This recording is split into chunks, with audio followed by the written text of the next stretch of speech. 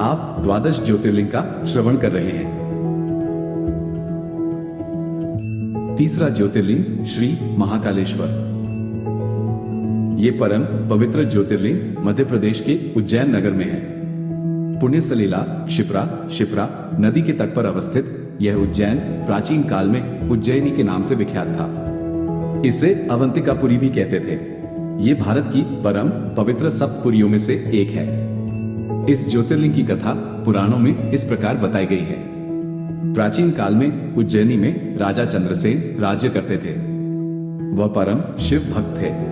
एक दिन श्रीकर नामक एक 5 वर्ष का गोप बालक अपनी मां के साथ उधर से गुजर रहा था। राजा का शिव पूजन देखकर उसे बहुत विस्मय और कौतूहल हुआ। वो स्वयं उसी प्रकार की सामग्रियों से शिव पूजन करने के लिए लालायित हो उठा। सामग्री का साधन न जुट पाने पर लौटते समय उसने रास्ते से एक पत्थर का टुकड़ा उठा लिया।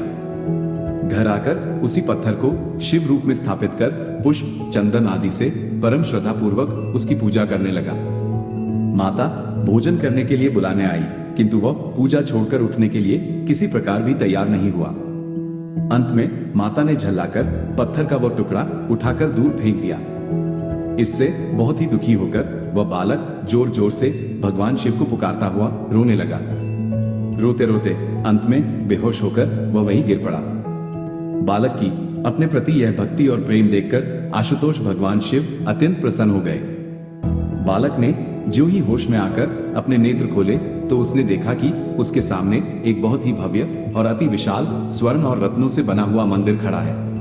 उस मंदिर के भीतर एक बहुत ही प्रकाशपूर्ण भास्वर तेजस्वी ज्योतिर्लिंग खड़ा है। बच्चा प्रसन्नता और आनंद से विभोर होकर भगवान शिव की स्तुति करने लगा। माता को जब यह समाचार मिला तब दौड़कर उसने अपने प्यारे लाल को गले से लगा लिया। पीछे राजा चंद्रसेन ने भी वहां पहुंचकर उस बच्चे की भक्ति और सिद्धि की बड़ी सराहना की। धीरे धीरे वहां बड़ी भीड़ जुट गई। इतने में उस स्थान पर हनुमान जी प्रकट हो गए। उन्होंने कहा, मनुष्य, भगवान शंकर शीघ्र फल देने वाले देवताओं में सर्वप्रथम है। इस बालक की भक्ति से प्रसन्न होकर उन्होंने इसे ऐसा फल प्रदान किया है जो बड़े बड़े ऋषि मुनि करोड़ों जन्मों की तपस्या से भी प्राप्त नहीं कर पाते। इस गोप बालक की 8वीं पीढ़ी में धर्मात्मा नंदगोप का जन्म होगा। द्वापर युग में भगवान विष्णु कृष्णावतार लेकर उनके वहां तरह तरह की लीलाएं करेंगे। हनुमान जी इतना कहकर अंतर्धान हो गए। उस स्थान पर नियम से भगवान शिव की आराधना करते हुए अंत में श्रीकर गोप और राजा चंद्रसेन शिव धाम को चले गए। इस ज्योतिर्लिंग के विषय में एक दूसरी कथा इस प्रकार कही जाती है। किसी समय अवंतिकापुरी उज्जैनी में वेदपाठी तपोनिष्ठ एक अत्यंत तेजस्वी ब्राह्मण रहते थे। एक दिन दूषण नामक एक अत्याचारी असुर उनकी तपस्या में विघ्न डालने के लिए वहां आया। ब्रह्मा जी के वर से वह बहुत शक्तिशाली हो गया था। उसके अत्याचार से चारों ओर त्राही त्राही मची हुई थी। ब्राह्मण को कष्ट में पड़ा देखकर प्राणिमात्र का कल्याण करने वाले भगवान शंकर वहां प्रकट हो गए। उन्होंने एक हुंकार मात्र से उस दारुण अत्याचारी दानव को वहीं जलाकर भस्म कर दिया।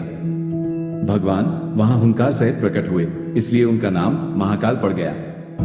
इसीलिए इस परम पवित्र ज्योतिर्लिंग को महाकाल के नाम से जाना जाता है। महाभारत, शिव पुराण एवं स्कंद पुराण में इस ज्योतिर्लिंग की महिमा का पूरे विस्तार के साथ वर्णन किया गया है।